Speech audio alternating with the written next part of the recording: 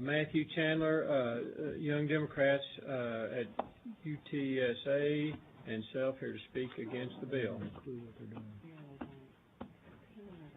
Honorable Chairman, members, thank you for allowing me to speak today. My name is Matthew Chandler, and I'm a constituent of Lyle Larson in San Antonio.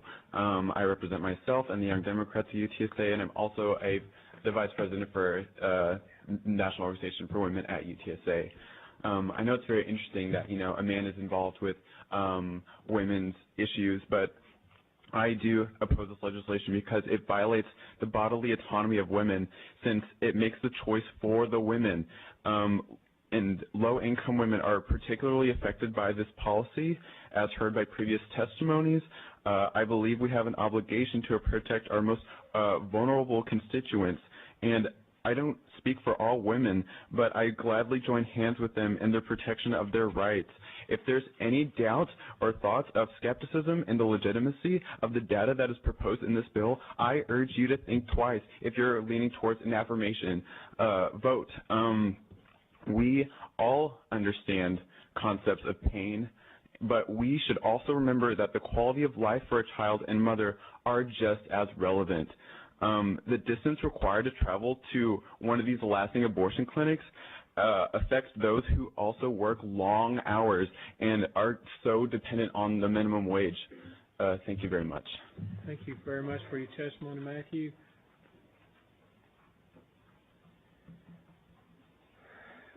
Christian Caballero here represents herself, speaking against the bill. Is Kristen here? She did not testify. Okay.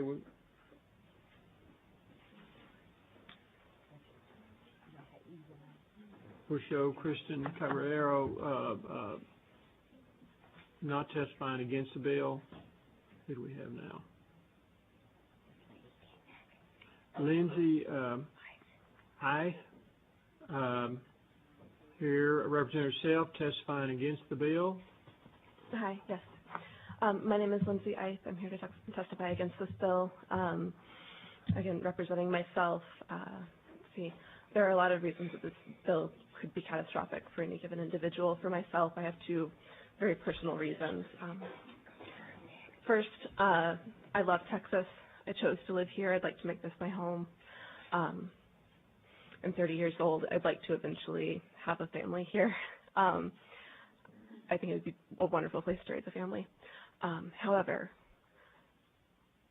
given the legal climate, I would be very afraid to become pregnant in this state. If anything were to go wrong, anything that I couldn't foresee, I would hate for my options to be severely restricted, and I would hate for my doctor's options in providing me the best care possible to be restricted. And so it pains me to think that this could happen, but it might just be that I have to go somewhere else when the time is right to have a family, which is very upsetting. So that's one reason. My second reason is that I'm a survivor of sexual assault. And so because of that, I know very intimately the feeling that what's happening to my body isn't my choice, but I'm just going to have to get through it anyway. And I would hate for anybody, myself included, to have to experience a pregnancy with that feeling, that they just have to accept what's happening to their body regardless of what they would choose for themselves and just get through it. To me, that seems like a terrible way to start a life, a terrible feeling to have when beginning to raise a child, if that's the circumstance that's foisted upon a person. And I think with the passage of this bill and other similarly choice hostile bills, that becomes more and more the environment in which people are asked to be and get through a pregnancy. I think that should be a choice that is made willingly and with love. So those are my reasons for opposing this bill.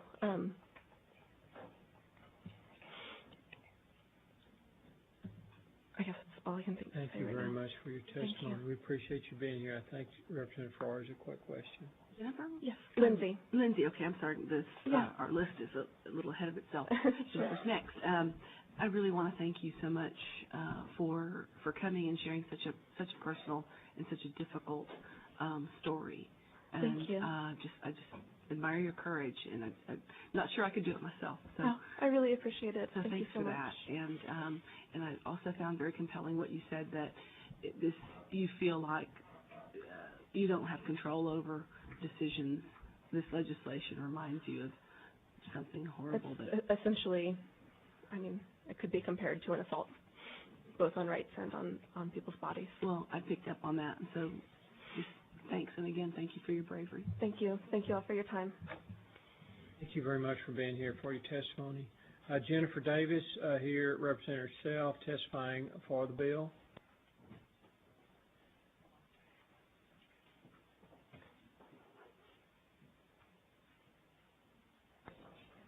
Is Jennifer Davis here?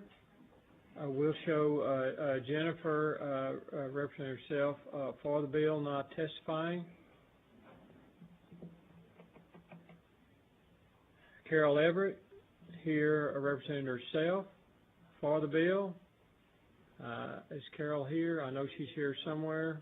She's in the extension. Okay, just We'll go. didn't testify until she. We'll show her for the bill. No, she's gonna be here in just a minute. We'll go ahead. Marilyn Gershenschlager, Texas Eagle Forum. We have Carol. Okay, we're going back. This one didn't testify. Okay. We'll show Marilyn Gershenschlager, Texas Eagle Forum, not testifying right now. Carol, if you'll come on up. No, come on. We got to keep rolling, Carol. We got lots and lots and lots of people. So. Thank you, Chairman, members of the committee. I'm Carol Everett. I have information on fetal development for you that was presented before Congress that clarifies that babies at least at 20 weeks feel pain. And Carol, just for the record, you're representing yourself. I am representing Women's Wellness Coalition, and I'm here on Senate Bill. You're going to need to change your witness affirmation to reflect, because I have you testifying for yourself. I am very sorry. I apologize. Okay. I will do that, sir. Okay. Women's Wellness Coalition. Okay. For both bills, in support of both bills. No, we're only on House Bill 60 right now, Carol. Thank you. I'm very sorry I was in the other room running. I apologize. Okay. Well, roll now, because you're going to start. You're burning up your 3 minutes. So. I'm here to testify. And I hate to be an ogre with everybody, but I have to be on the time. So. You can be an ogre with me, sir. I know you, and I know your heart. Thank you.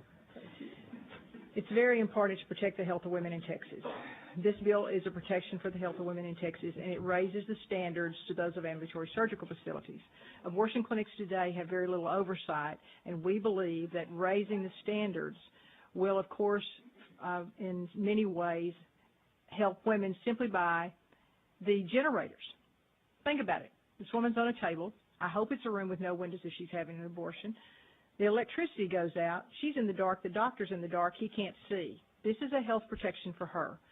The ventilation system, anytime you do surgery, you do it in a room with a ventilation system that takes the bacteria out. Ambulatory surgical facilities have that. The most commonly performed surgical procedure in an ambulatory surgical facility today is a D&C. What is a D&C? It empties the uterus. What is an abortion? It empties the uterus. This is a health protection for women. The 30-mile rule ensures that if that doctor has a complication, he can admit her to a hospital, he can take her history, he can be certain that she has everything she needs in that hospital.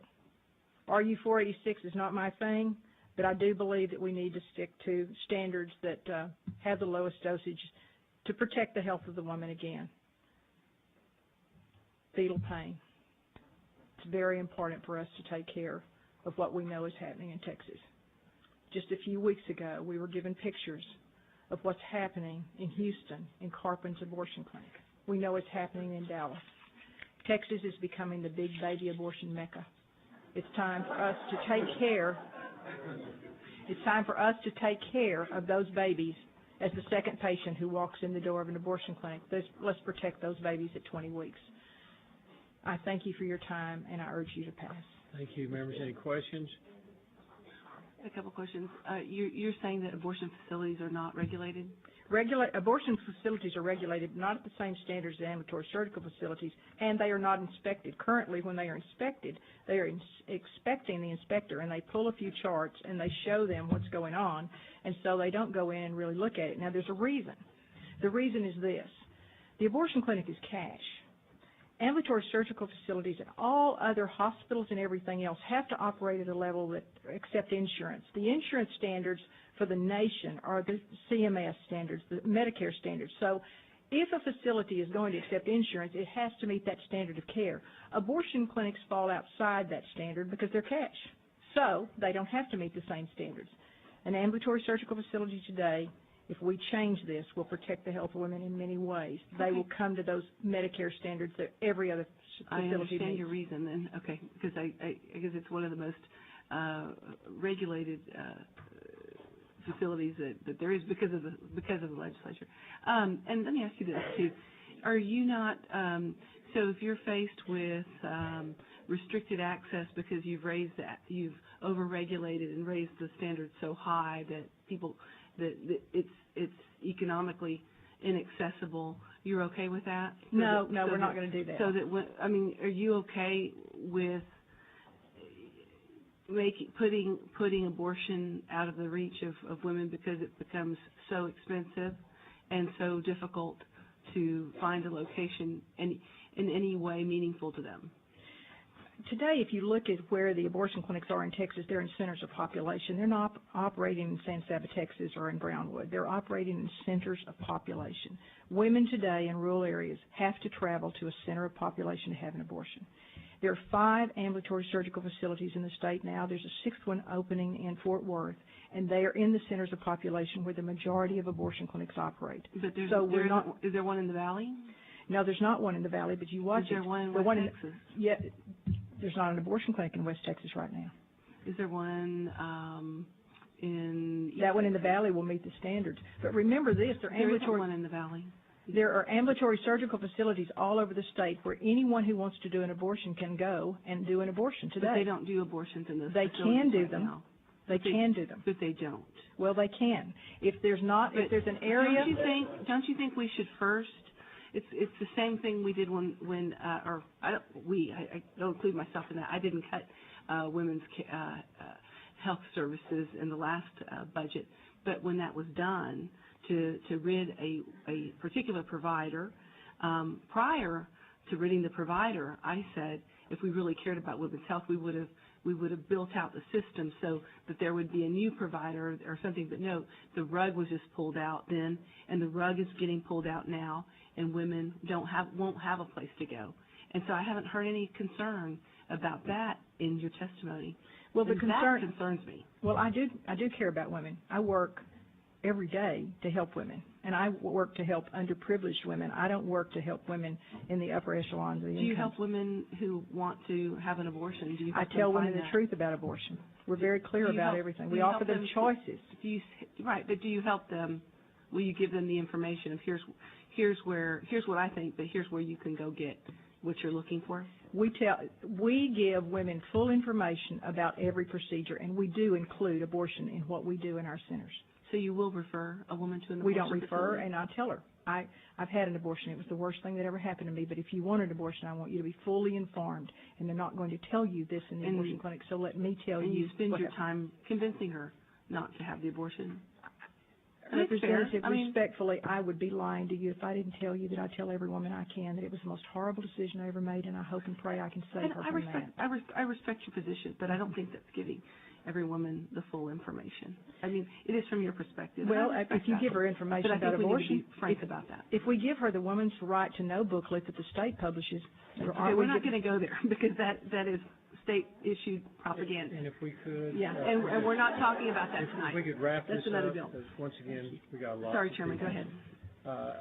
Carol, thank you for your testimony. At this